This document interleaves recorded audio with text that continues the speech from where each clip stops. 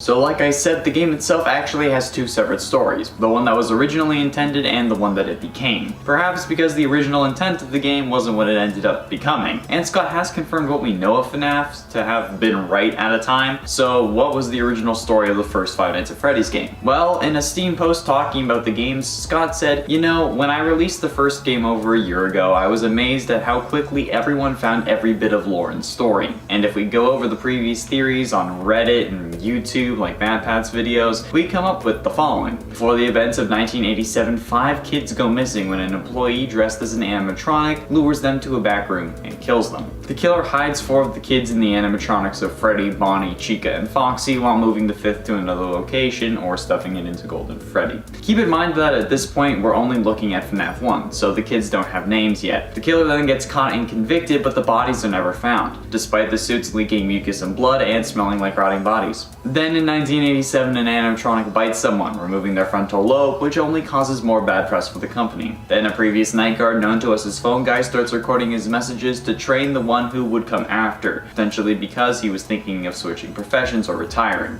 However, his retirement comes sooner than he expected when he gets killed by the animatronics while hiding out in a back room. Mike is then hired at Freddy Fazbear's Pizza as a night guard to watch over the animatronics, where he spends 7 nights, gets paid, but also fired for smelling and tampering with the animatronics, even though he had been given the memo of Employee of the Month just a couple days before. And that's where the original story ended, full of mystery and general confusion, which only made the series more popular as a whole. But before we get into anything further, let me just say thank you for clicking on this video. If you love the FNAF series as much as we do and want to see more videos like this, plus we have a FNAF lore playlist as well that's more focused on the theories and the confirmed bits of lore. Both of those are linked in the iCard in the top right corner of your screen, so click it. You won't be disappointed. Then comes the next game, and the rest of the series, which expanded on the first game in such a way that made most of what we just said just fanfiction, but like canon fanfiction, you know? Since we know so much more now and the pieces fit together so much nicer, even if you have to bash them in with a hammer. So what is the current story of the first Five Nights game? Well, we'll go into it based on general theories, but I'll throw in some options in there as we go. Remember, we're looking at the story of the first game here, so details like the FNAF 2 location and circus babies are irrelevant, but will be explored in future videos if you guys like this one. Before the game starts, William Afton, working as a suit technician dressed as Golden Bonnie, lures 5 kids one at a time to the back room of a Freddy's restaurant and kills them, stuffing the bodies of Gabriel, Susie, Fritz, Jeremy, and Cassidy into the suits of Freddy, Chica, Foxy, Bonnie, and Golden Freddy, where their intense agony from being killed and ruthlessly shoved into animatronics allows them to possess the endoskeletons of their new coffins. William is suspected of a crime and investigated, but no bodies are found, so the charges are dropped, since they have no proof of foul play or any wrong part in his doing. This event, that becomes known as the Missing Children's Incident, ends up costing the company business and bad press. Then the situation gets worse when, in 1987, someone gets bit and loses their frontal lobe, which puts the company in dire straits. Then the player, known as Mike Schmidt, is hired as the security guard and notified via newspaper, the ones that are represented by the ones we see on the walls in game, and not by the company, that the restaurant will be closing at the end of the week. But as we would later learn, since we are the son of the man who committed those murders so long ago, we stay for the week and risk our life to try and set these 5 spirits free. We stay for 5 nights, unable to help.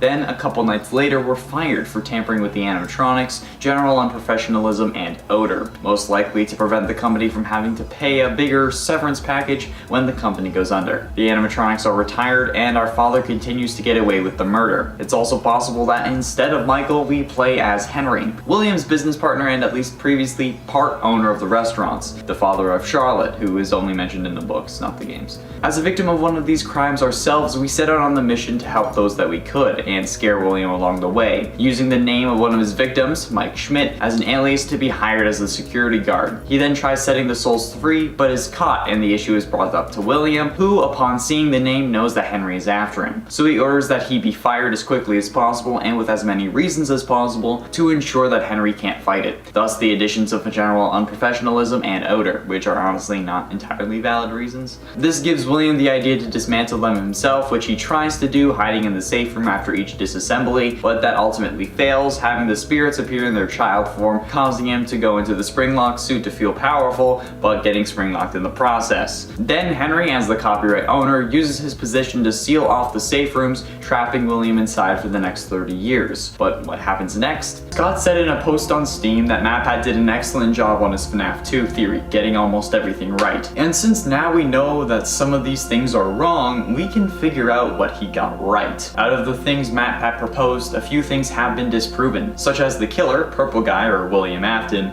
using a Golden Freddy suit. We know that he uses Golden Bonnie now, and that the phone guy being the Purple Guy was confirmed to be false in Ultimate Custom Night with his temporary mechanic for April 1st. So with that, what is the true story of Five Nights at Freddy's 2? After the missing children's incident where 5 kids got killed at the hands of William Afton using the Golden Bonnie spring-lock suit, the original Freddy Fazbear's location gets closed down, for the reasons we see in the FNAF 1 newspaper clippings. This is also the location where Charlotte, William's business partner Henry's daughter, is killed outside the restaurant, despite the security puppet keeping an eye on her. We see this location in the Take Cake minigame that features the puppet jump scare, as well as the security puppet minigame from FNAF 6. After some time, 3 years to be exact, in 1987, the company opens a new location with an updated look and roster, with toy animatronics fitted with facial recognition and a criminal database programmed by their technician, part owner William Afton.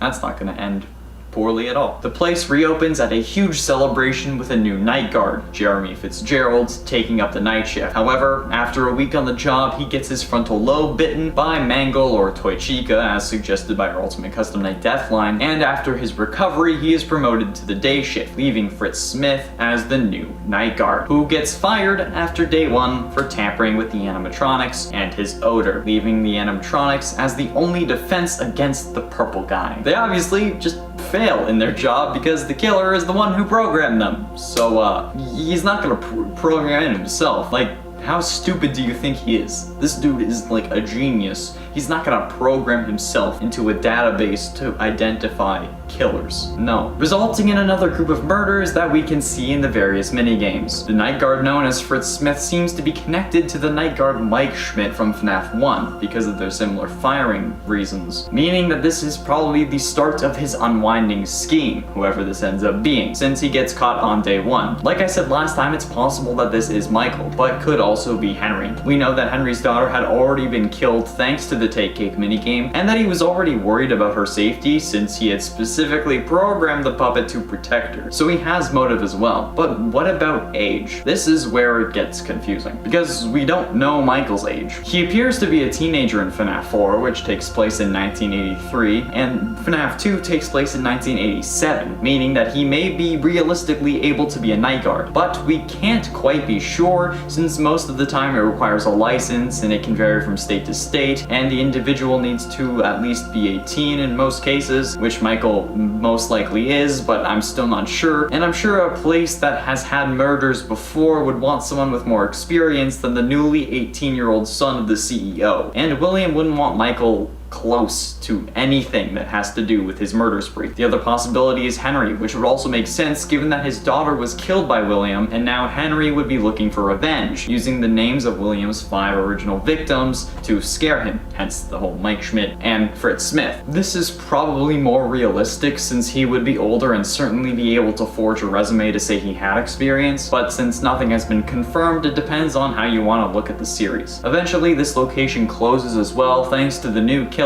after only weeks of being open. Yay! The toy animatronics get scrapped for being just horrible at detecting a literal kid killer, and the older, withered ones are put into storage and repaired for a new smaller scale location which opens later, thus starting FNAF 1, where Michael will definitely be old enough to be the night guard, but I still don't know if he is.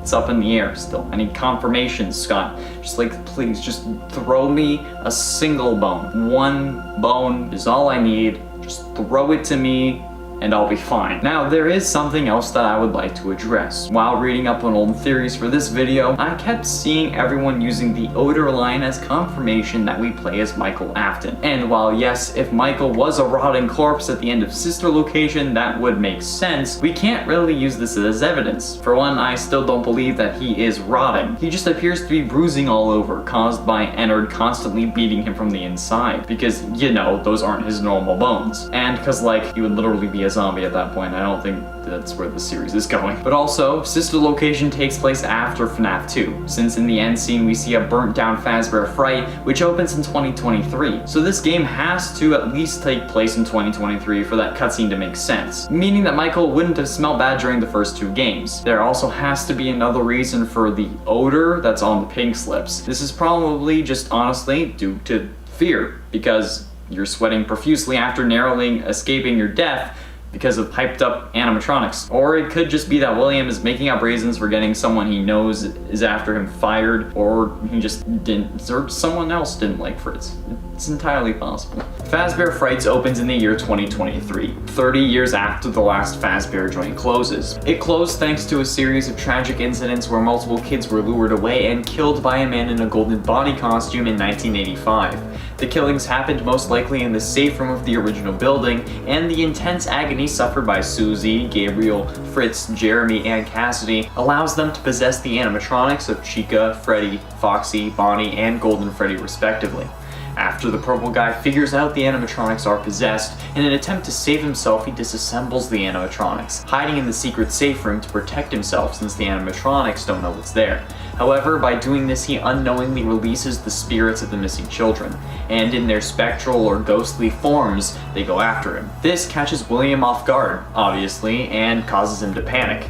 In an effort to make himself more confident or scare the children, he rushes into his signature spring Bonnie suit. However, the spring locks are susceptible to water, and the room has leaks in the ceiling. So instead of helping him, this, coupled with his hesitation, has the spring lock mechanisms that hold back the robotic parts of the suit fail and snap shut. This causes William to collapse and start jittering and convulsing in pain as a ton of metal parts pierce through his body, but it doesn't kill him, thanks to the spirit of another victim possessing him, keeping William alive so that he has to suffer through this horrible fate, which we learn in The Man in Room 1280. A story from Fazbear Frights, ironically. Fast forward to 30 years later, in 2023, where the secret rooms have been unblocked and forgotten with time, until someone, presumably a third-party group, buys the building and finds the room with the still living William Afton in a Bonnie suit inside. Unknowing of the danger, the group decides to release the cool animatronic and changes the original Freddy's into a horror-themed joint with Springtrap as the main attraction. Little did they know, this was a horrible idea. This then leads to the events of the game, where they hire you as the new Night Guard. And as the Night Guard, presumably Michael Afton, now that he would have definitely be of age, you survive 6 nights and watch the place burn at the end of the week. However, thanks to some form of black magic or the like, you find clues and play mini-games to eventually release the souls of the original 5 animatronics, thus letting Gabriel, Susie, Fritz, and Jeremy move on. But not Cassidy. She has more important things to attend to, leaving 4 less souls for you to set free on your journey. The fire, most likely started by Henry, supposedly burned Springtrap alive, killing him and burning any remnant that would have been made thanks to the agony of, you know, burning alive. But we all know this isn't the case, thanks to the final scene from Sister Location. This also eggs me to bring up a point. What are the mini-games? Because we know that they can't exactly be real, but we need them in order to press the tiles on the wall to access the other secret mini-games. And how do we see these clues if these are meant to be flashbacks to 1985 to 1987? I don't know. Let me know your theories down below. I feel like I should try to come up with a theory on that, actually, because that's a really good question. How do we see these mini-games? How are we able to interact with them enough to cause good endings, or is it all just symbolic? But how would it have gone if this was the end of Five Nights? What if the Springtrap jump scare satisfied the community and there was no 4th, 5th, or even 8th game? Well, then it would be a different story. If FNAF 3 was the end, we would probably be playing as Henry instead of Michael, given that Henry had a personal stake in this since his daughter was also a victim. And this was probably intended since we can see the puppet appear on the cameras on rare occasions. Since we know from the FNAF 2 minigames that the one killed outside of the Freddy's restaurant turned into the puppet thanks to the jump scare at the end. And MatPat saying that and then Scott basically confirming it. Was the Silver Eyes out at this point? If the Silver Eyes was out at this point, then we would have probably guessed that it would have been Charlotte. But the souls of Gabriel, Jeremy, Fritz, Susie, and Cassidy would have been released, and because there's no need to hold a grudge if it's the end of the story. And William would have burned to death in the Fazbear Frights fire, no doubt started by Henry at the end of the game. The puppet would have also been caught in the fire, hence why it was there to begin with, to make sure that we didn't have any loose ends. And the story would have concluded in a nice, neat little bow. No illusion discs that emit high-frequency noises to alter what you see, no nightmare animatronics, no Fun Times or Circus Baby and Ballora, no Pizzeria Simulator, no VR game, no Glitch Trap, no Fazbear Frights books, and no soft reboot of the series in the VR game. And honestly, we wouldn't be making videos about it because it would have run its course and we would understand the story. While these videos are taxing, since most of the time we have to do our research thoroughly, and while I do pull a lot out of my brain because my brain is only FNAF at this point, we still make mistakes. But the games wouldn't need all this speculation and explaining since it would be cut and dry. So in a way, I have William to thank for my job, and the continued success of this channel and these videos, so I guess it's a good thing Springtrap isn't that scary.